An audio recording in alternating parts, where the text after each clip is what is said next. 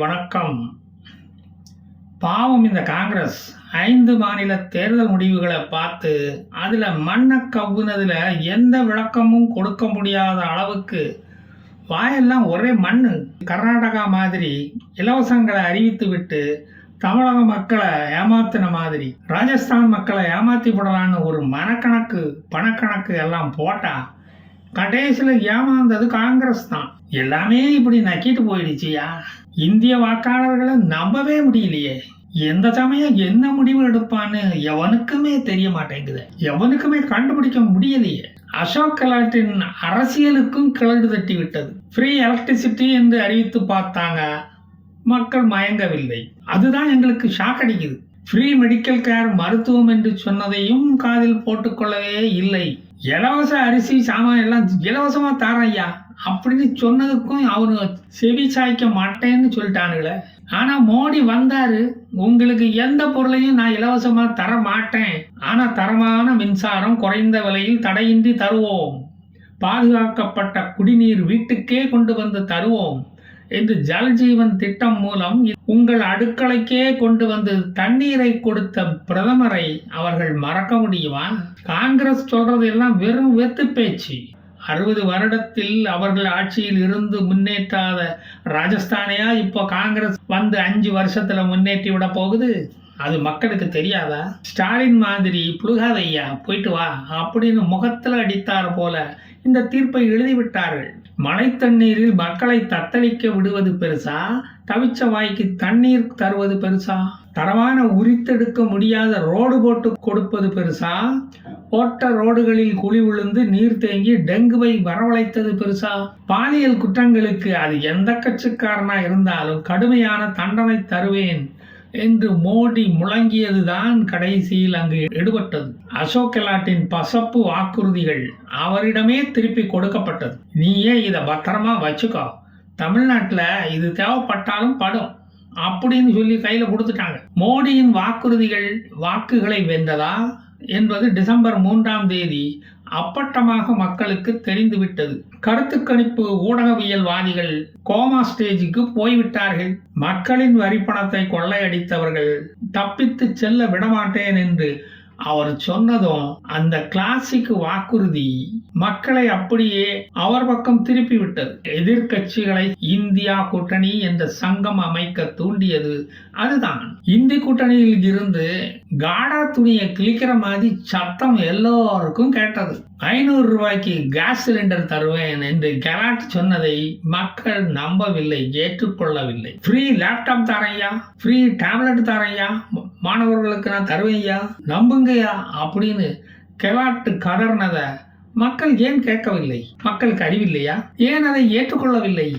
காங்கிரசுக்கே அது அதிர்ச்சியாகத்தான் இன்னமும் இருக்கிறது. இயற்கை பேரிடர்களில் உயிரிழந்தால் 15 லட்சம் இன்சூரன்ஸ் தருவேன் என்று கெலாட்டின் வாக்குறுதியை மக்களே நிராகரித்து விட்டார்கள். அவரை ஏளனமாக பார்த்தார்கள்.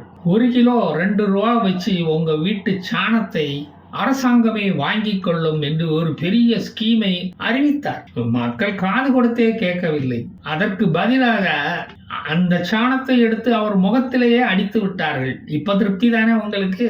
அது மட்டுமா, இன்னொரு புரூடாவையும் அவர் விட்டு பார்த்தார்.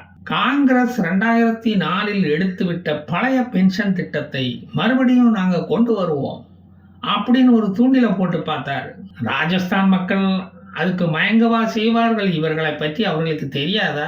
அதற்கும் சிக்கவில்லை.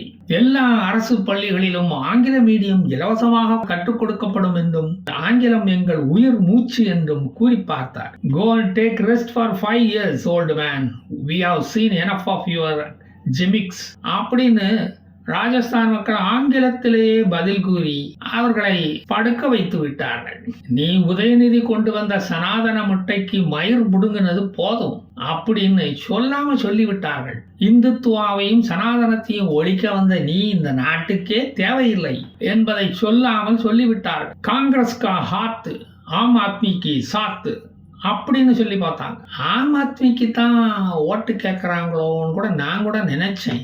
அப்புறம் பார்த்தா அதுவும் இல்லை, அங்கு ஆம் ஆத்மியும் காணாமல் போய்விட்டது கம்யூனிஸ்டுகளை போல. மிஷன் 156 என்று பந்தாவாக அறிவித்தார்கள். அப்படின்னா என்ன மிஸ்டர் கெலாட், என்கிட்ட சொல்லுவீங்களா அதுக்கு விளக்கம் அப்படின்னு கேட்டா, மினிமம் 156 சீட்டு வெல்வோம் என்று இருமாப்புடன் அறிவித்தார்கள். அதுல பாதி சீட்டு கூட ஜெயிக்க திராணி இல்லையே. கெலாட், உங்களுக்கு மீச வளர்ந்தா அதை வடிச்சிடுங்க தலைவரை. அதைவிட இன்னொன்று சொன்னார்கள். 2030 வருடத்துக்குள் முதல் மாநிலமான தமிழ்நாட்டை வீழ்த்தி ராஜஸ்தானை முதல் மாநிலமாக கொண்டு வந்து விடுவோம் என்று சொல்லிவிட்டு இப்போது கமந்தடிச்சு வீழ்ந்து கிடக்கிறார்கள். இண்டி கூட்டணிக்காரன் ஒருத்தன் கூட வந்து கையை தூக்கி எழுப்பி விட முடியல. இந்த எலெக்ஷனில் ஜெயிச்சா யாரு முதல்வர், நீங்களா மிஸ்டர் சச்சின் பைலட்டா என்று கேட்டதற்கு அவர் பதிலாக ஒரு மானோலிசாவின் மர்ம புன்னகையை உதிர்த்து சென்றார். அதுக்கு அர்த்தம் இப்பதான் நமக்கு புரியுது. நாங்க 7 அம்ச கோரிக்கையை வெளியிட்டு விட்டோம், அது மாதிரி பிஜேபியில ஒரு தேர்தல் வாக்குறுதியை உங்களால் வெளியிட முடியுமா என்று சவால் விட்டவர் இப்ப சவமாகிவிட்ட காங்கிரசுக்கு பல்ஸ் பிடிச்சு பார்த்து கொண்டிருக்கிறார். பிஜேபியில சரியான தலைவரே கிடையாது ராஜஸ்தான்ல, அவர்களால் இங்கு வெல்லவே முடியாது என்று கொக்கரித்தவர் இந்த கெலாட். அலெக்சாண்டர் மோடி வந்தார், கர்ஜனையுடன் வந்தார், சென்றார், பின் வென்றார். அது வரலாறு. அது இந்து விரோதிக்கு கொடுத்த பதிலடி.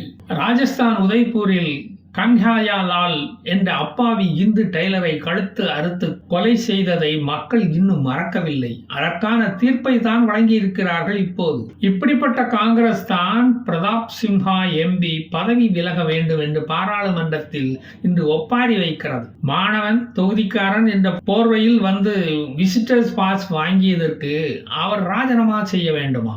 இந்தியாவை வெளிநாட்டில் போய் கேவலமாக விமர்சித்தவன் எம்பி பதவியில் நீடிப்பானாம், அலங்கரிப்பானாம். ஒரு நாட்டின் பிரதமரை தரங்கட்ட முறையில் விமர்சித்தவன் பறிக்கப்பட்ட அந்த பதவியில் கோர்ட்டு தயவில் நீடிப்பானாம்.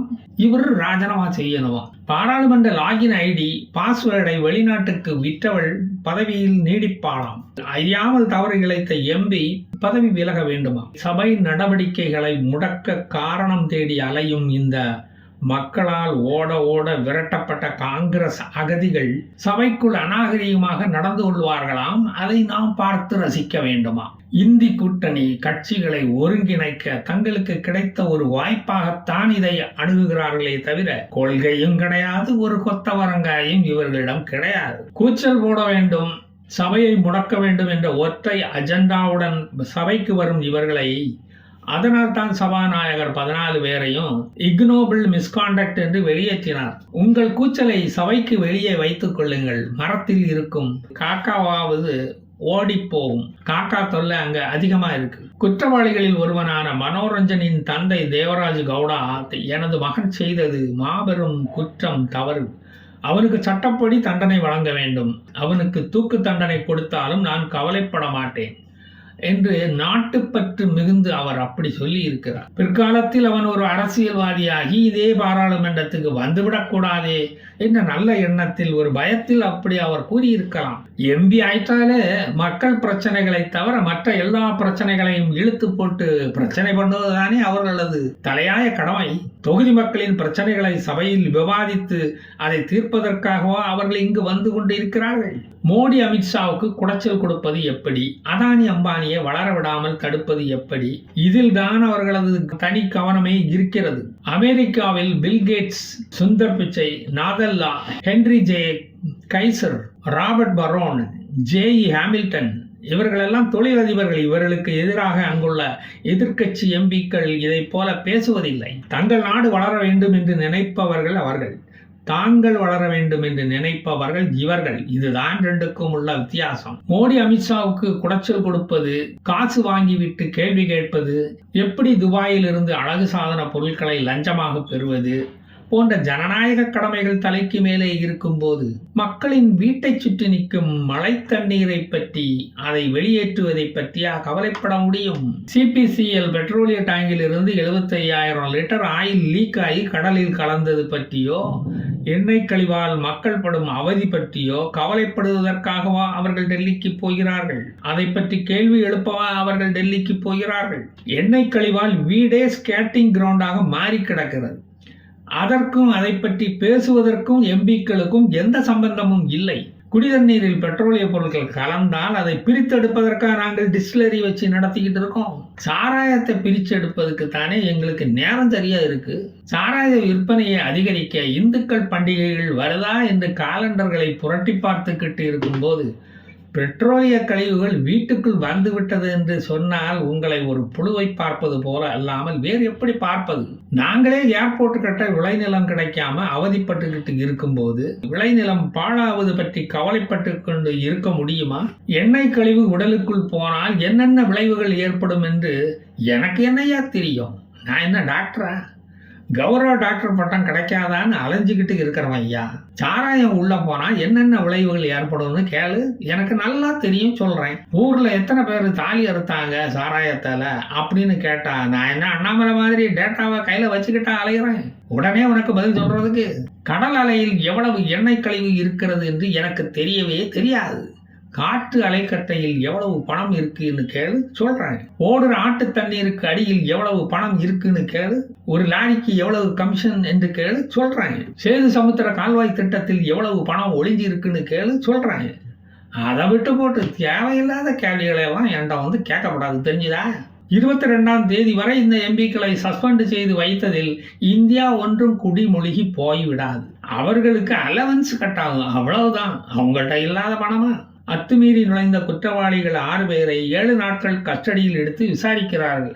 அதன் பிறகுதான் உண்மைகள் ஒவ்வொன்றா வெளியே வரும். அதற்கு முன் மோடியே வந்தாலும் எந்த உண்மையும் சொல்லிவிட முடியாது. அதன் பின்புலத்தில் உள்ளவர்கள் யார் யார் என்று அப்புறம்தான் தெரிய வரும். எந்த நாட்டு பணம் இது விளையாடி உள்ளது என்பதும் தெரிய வரும். யார் யார் மறைமுகமாக இதற்கு உதவியுள்ளார்கள் என்பதும் தெரிய வரும். அதன் பிறகு உங்கள் கேள்வி கணைகளை அனுப்புங்கள், பதில் கூறுகிறேன். அதுவரை அல்சேஷன்கள் குறைப்பது நமது நாட்டுக்கும் காவலுக்கும் நல்லதுதானே? குறையுங்கள். நான் மீண்டும் வருவேன். ஜெய் ஹிந்த்.